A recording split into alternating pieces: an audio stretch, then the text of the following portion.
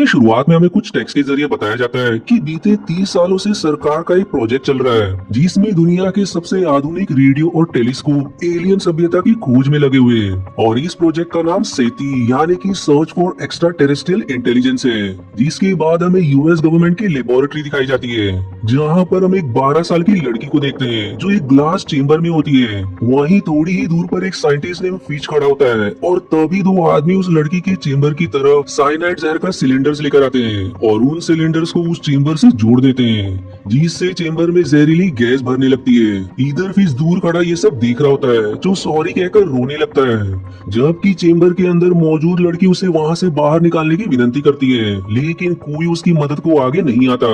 फिर तभी अचानक से वो उस चेम्बर को तोड़कर बाहर निकल आती है जिससे हम समझ पाते हैं कि वो कोई आम लड़की नहीं है, जिसके बाद वो भागकर उस जगह से बाहर निकलती है। वहीं फिच उसे यहाँ से भागता देख आर्मी और हेलीकॉप्टर को उसके पीछे लगा देता है, लेकिन इससे पहले कि वो उस तक पहुँचते उस लड़की को लैब के पास से एक ट्रेन गुजरते हुए दिखती है जिसमें बैठकर वो निकल जाती है। आगे हम देखते हैं कि ट्रेन का गार्ड उस लड़की का फायदा उठाने की कोशिश करता है लेकिन वो लड़की उसे एक ही बार में जान से मार देती है। फिर अगले दिन वो ट्रेन एक स्टेशन पर रुकती है जहाँ ये लड़की एक दुकान पर जाती है जहाँ वो बाकी लोगों को ऑब्जर्व करती है जिससे उसे पता चलता है कि उसे कुछ भी खरीदने के लिए पैसों की जरूरत पड़ेगी। फिर वो एक बड़ा सा बैग चुराकर दूसरी ट्रेन में बैठ जाती है और वहाँ से वो कुछ पैसे और खाने पीने की चीजें चोरी करती है।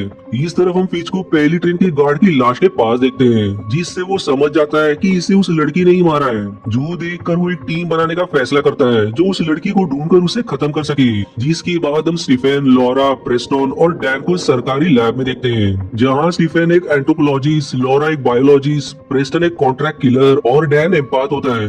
दरअसल एम्पाथ ऐसे शख्स को कहते हैं जो आगे होने वाली चीजों को महसूस कर सकते हैं। और फिर तभी लैब में फिच आता है जो इन चारों को बताता है कि हमने 30 साल पहले साल 1974 में सोलर सिस्टम का नक्शा पूरी पृथ्वी की जनसंख्या और इंसानों के डीएनए की संरचना को अंतरिक्ष में भेजा। फिर साल 1993 में हमें एलियंस के कुछ सिग्नल्स मिले जिसमें बताया गया फॉर्मूला का इस्तेमाल करके हमारे वैज्ञानिकों ने ऐसा फ्यूल बनाया जो पृथ्वी पर मौजूद सारे फ्यूल से बेहतर और सस्ता था। इस कारण हमारे वैज्ञानिकों को लगा कि रिप्लाई देने वाले एलियंस काफी फ्रेंडली है, इसलिए उन एलियन से दूसरी बार संपर्क किया गया जिसमें उन्होंने इंसानी डीएनए को एलियन डीएनए से जोड़ने का तरीका बताया, जिसका प्रयोग करके हमने एक ऐसा जीव को बनाया जो आधा इंसान और आधा एलियन था। वो आगे ये भी रिवील करता है कि हमने उसे लड़की के रूप में बनाया जिसका नाम हमने सील रखा, जो देखते ही देखते 3 महीनों में ही 12 साल की दिखने लगी। पर हमें उसके व्यवहार से शक होने लगा कि ये इंसानों के लिए खतरा हो सकती है, इसलिए हमने सील को मारने का फैसला किया। लेकिन वो चेम्बर तोड़कर इस लेबोरेटरी से भाग निकली और मैंने आप लोगों को इसलिए यहाँ बुलाया है जिससे आप उसे ढूंढने में मेरी मदद कर सके। वहीं दूसरी तरफ हम देखते हैं कि सील एक बड़े से कुकून में होती है जिसके पास ट्रेन की महिला टीटी आती है। इस पर फिर वो कुकून उसे मार देता है, जिसके बाद हम सील को देखते हैं जो अब बड़ी हो चुकी थी।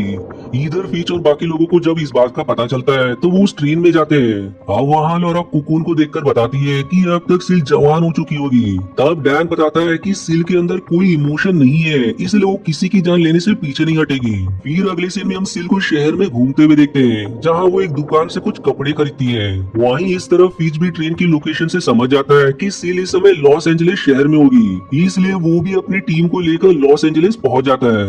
दूसरी तरफ सील एक होटल में रुकती है जहां वो टीवी में इंटीमेट वीडियोस देखकर रिप्रोडक्शन के बारे में सोचती है। अब आगे हम फिर से उन सभी को लैब में देखते हैं जहां वो उसी एलियन डीएनए का परीक्षण कर रहे थे, जिस दौरान उनका कैमरा खराब हो जाता है जिससे वो डीएनए सेल्स की फुटेज नहीं देख पाते।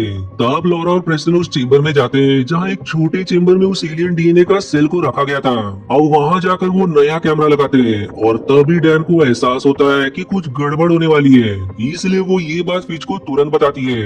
इस पर फिच लॉरेन और प्रेस्टन से कहता है कि वो जल्दी उस छोटे चेम्बर को बंद करके वापस आए, लेकिन प्रेस्टन से एक नट बोल्ट नीचे गिर जाता है जिस कारण वो छोटे चेम्बर को बंद नहीं कर पाता। इधर नया कैमरा लगने की वजह से ये लोग स्क्रीन पर उस सेल को देख पा रहे थे जो बहुत ही तेजी से बढ़ना शुरू हो जाता है, जो देखते ही देखते उस छोटे चेम्बर से बाहर निकल आता है। इस पर प्रेसिडेंट फिच से कहता है कि हमें बाहर निकालो, लेकिन फिच ऐसा नहीं करता। उल्टा वो उनकी चेम्बर को आग से जलाने वाला था जिससे वो एलियन मर जाए। पर इस सब में लॉरा और प्रेस्टन भी मारे जाते, इसलिए डैन फिच को दूर लेकर जाता है और इसी मौके का फायदा उठाकर स्टीफन उस चेम्बर में आग लगाने से पहले ही दरवाजा खोल देता है, जिससे प्रेस्टन और लॉरा की जान बच जाती है, जबकि वो एलियन आग में जलकर मारा जाता है। दूसरी तरफ सील होटल के रिसेप्शनिस्ट से पूछती है कि उसे लड़के कहाँ मिलेंगे। इस पर वो रिसेप्शनिस्ट बताती है कि तुम्हें नाइट क्लब जाना चाहिए क्योंकि वहीं पर तुम्हें बहुत से लड़के मिलेंगे जिनसे तुम दोस्ती कर सकती हो। इसलिए अब वो एक क्लब में जाती है जहां उसे एक लड़का भी पसंद आता है, और वो जैसी उससे बात करने बढ़ी रही थी कि तभी एक दूसरी लड़की आकर उस लड़के को इंटीमेट होने का ऑफर देती है। लेकिन इस बात से सिल का माथा सनक जाता है, इसलिए वो उस लड़की को वॉशरूम में जान से मारकर खुद उस लड़की को इंटीमेट होने का ऑफर देती है। अब आगे हम एक लड़की को वॉशरूम में जाता देखते हैं जो उस लाश को देखकर पुलिस को खबर करती है, और तभी क्लब में फीच और उसकी टीम भी आ जाती है। पर तब तक सील उस लड़की के साथ क्लब से बाहर आ चुकी होती है, जहां वो उसे अच्छी तरह से ऑब्जर्व करती है कि वो किस तरह का कार चलाता है, जिसके बाद वो लड़का सिल को अपने घर ले जाता है जहां वो उससे इंटीमेट होने की कोशिश करता है, लेकिन सिल उसे मना कर देती है। अब यहाँ हम कंफ्यूज होते हैं कि जब सिल ने खुद ही उस लड़के से इंटीमेट होने की इच्छा जाहिर की तो वो अब क्यों मना कर रही है। इस बात का जवाब हमें जल्दी मिलेगा। अब ये लड़का कहता है कि तुम मुझे मना नहीं कर सकती, जिस पर सिल कुछ सोचकर उसको किस करने लगती है और किस के दौरान अपने टेंटिकल से उसका सिर फाड़ देती है, जिससे वो लड़का मौके पर ही अपना दम तोड़ देता है। इस तरफ क्लब से फिच को पता चलता है कि सिल किसी लड़के के घर आई है, जिसका पता लगाते हुए वो सभी उस घर तक आते हैं। अब वहाँ उन्हें उस लड़की की लाश मिलती है, जिसे देखकर डैन बताता है कि सिल काफी गुस्से में थी जब उसने इसे मारा। तब स्टीफन कहता है कि वो अपने रास्ते में आने वाले हर शख्स को मार रही है, जिस पर फिच सवाल करता है कि किस रास्ते में। तब लॉरा बताती है कि सिल के लाइफ साइकिल के रास्ते में, जिससे अब वो और क्लियरली समझाती है कि यदि वो इतनी जल्दी बड़ी हो गई है तो अब वो अपनी आबादी बढ़ाने के लिए रिप्रोडक्शन करना चाहेगी। जिस पर फिच कहता है कि यदि वो रिप्रोड्यूस करना चाहती है तो वो इस लड़के से इंटीमेट हुई होगी, जिसके जवाब में प्रेस्टन कहता है कि इस लड़के ने पैंट पहन रखी है, यानी कि वो इसके साथ इंटीमेट नहीं हुई। इस पर फिर फिच सवाल करता है कि अगर वो अपनी आबादी बढ़ाना चाहती है तो उसने इसके साथ मीटिंग क्यों नहीं की। तब लॉरा कहती है कि शायद इस लड़के को किसी तरह की बीमारी होगी, जिस वजह से सिल ने इसे रिजेक्ट कर दिया होगा, और ऐसा कहकर वो आसपास देखने लगती है जहां उसे कचरे के डिब्बे में इंसुलिन की शीशी मिलती है, यानी कि उस लड़के को डायबिटीज की बीमारी थी। फिर अगले दिन हम सिल को देखते हैं जो उसी लड़के की कार चला रही होती है। वो फिर कार से उतरकर रोड पार कर ही रही थी कि तभी उसे एक लड़का दिखाई देता है, जिसे देखने के चक्कर में वो रोड के बीच ही रुक जाती है, जहां एक कार से उसका दुर्घटना हो जाता है। और तभी पीछे से आ रही एक कार से एक आदमी उतरता है जो सिल को हॉस्पिटल पहुंचाता है और अपने क्रेडिट कार्ड से उसके इलाज का पैसा देता है। इधर हॉस्पिटल में एक डॉक्टर सिल का इलाज कर रहा होता है, जहां देखते ही देखते उसका घाव ठीक हो जाता है, और फिर वो वहां से बाहर जाने लगती है, जहां उसे वही आदमी मिलता है जो सिल को यहाँ तक लेकर आया था। वो अब उससे पूछता है कि अब तुम कैसी हो, जिस पर सिल कहती है कि अब मैं पूरी तरह ठीक हो चुकी हूँ, जिसके बाद वो उस आदमी के साथ उसके घर चली जाती है।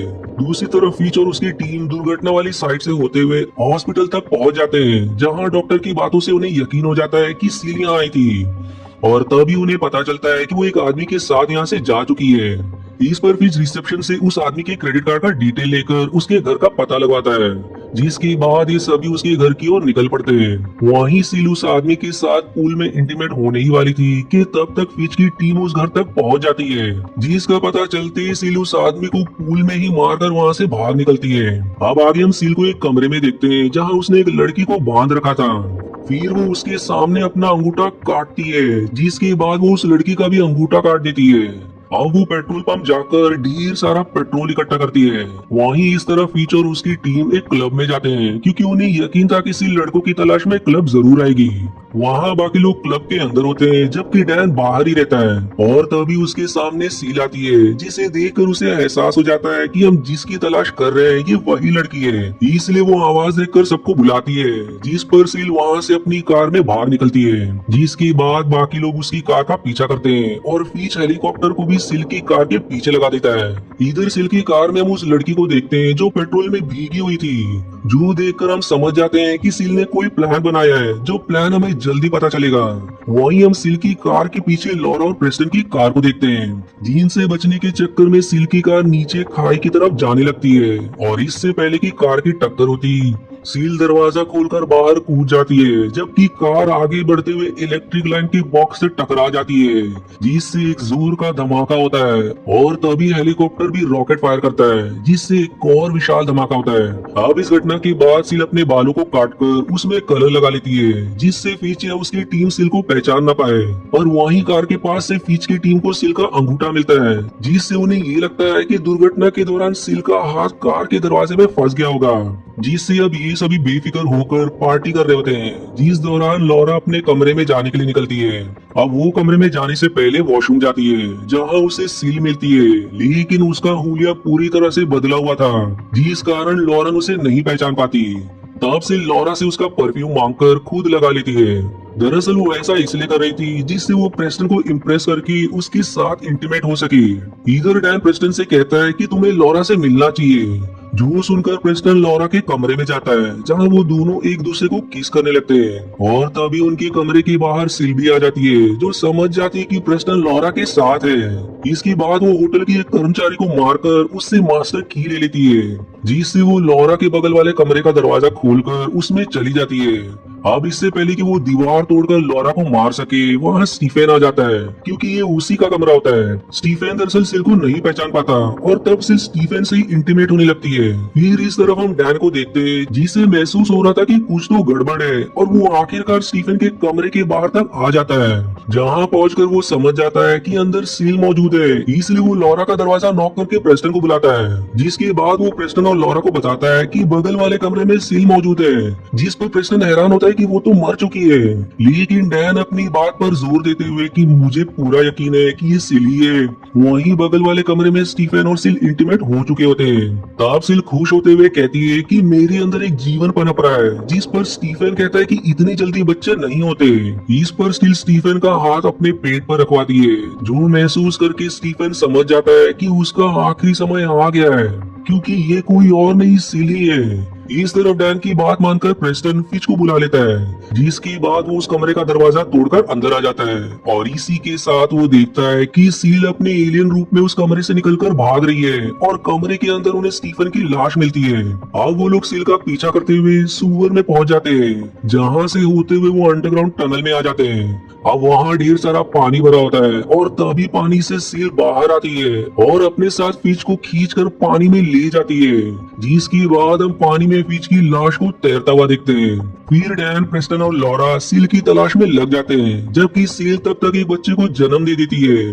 और तभी डैन को वो बच्चा दिखाई देता है, जिसे देखकर डैन समझ जाता है कि ये सील का ही बच्चा है। लेकिन उसे लगता है कि अभी ये बच्चा छोटा है, इसलिए वो उसके पास जाता है, पर वो बच्चा अपनी जीभ से डैन पर वार करता है, जिससे डैन नीचे गिर जाता है। तब वो अपनी फ्लेम थ्रोअर लेकर तैयार हो जाता है, और जैसे ही वो बच्चा अपने एलियन रूप में आकर डैन पर हमला करता है, वो उसे बुरी तरह से जला देता है, जिससे वो जलते हुए सुअर के पानी में गिर पड़ता है। वहीं इस जगह मीथेन गैस होने के कारण पानी की सतह के ऊपर भी आग लग जाती है, जबकि डैन एक पत्थर से लटका हुआ होता है। और तभी सील प्रेस्टन के गले को अपनी जीप से लपेट लेती है। तब प्रेस्टन उसकी जीप को ही काट देता है, जिसके बाद वो उस पर कई गोलियां चलाता है और उसे आग में गिरा देता है, जिससे अब उन्हें लगता है कि आखिरकार सील भी अपने बच्चे की तरह जलकर मर चुकी है। इसलिए वो बेफिक्र होकर डैन को बचाने में लग जाते हैं, और वो उसे ऊपर की तरफ खींच रहे होते हैं कि सील आग में से निकलकर डैन का पैर पकड़ लेती है। तब प्रेस्टन पास ही रखी बंदूक में गोली भरकर सील के पैर पर गोली मारता है, जिससे उसकी मौके पर ही मौत हो जाती है। और इस तरह वो इस आफत से अंत में छुटकारा पा लेते हैं। फिर मूवी के आखिरी सीन में हम सील की जीप को देखते हैं, जिसे प्रेस्टन ने काट दिया था, और तभी एक चूहा आकर उस जीप को खाने लगता है, जिस कारण उसके अंदर भी एलियन डीएनए आ जाता है। और फिर वो अपनी जीप को लंबा करके दूसरे चूहे को ही निगल लेता है। और इसी सस्पेंस के साथ ये मूवी यहीं समाप्त हो जाती है। आशा है आपको